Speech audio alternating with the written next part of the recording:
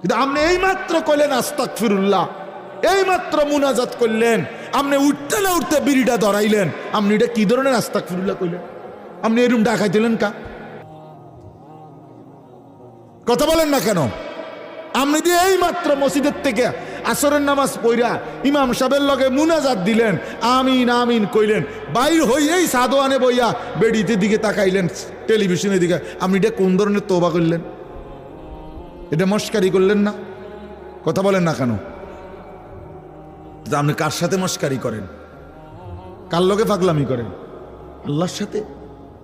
বান্দা, আল্লাহ জিজ্ঞেস করে, বান্দা কার লগে করতেছ এটা? তুমি আন্দাজ করো নাই আমারে? তুমি জানো কার সাথে তেড়ামি করো রে? কার সাথে মস্কারি করো? আমরা আল্লাহকে চিনি নাই বাবা।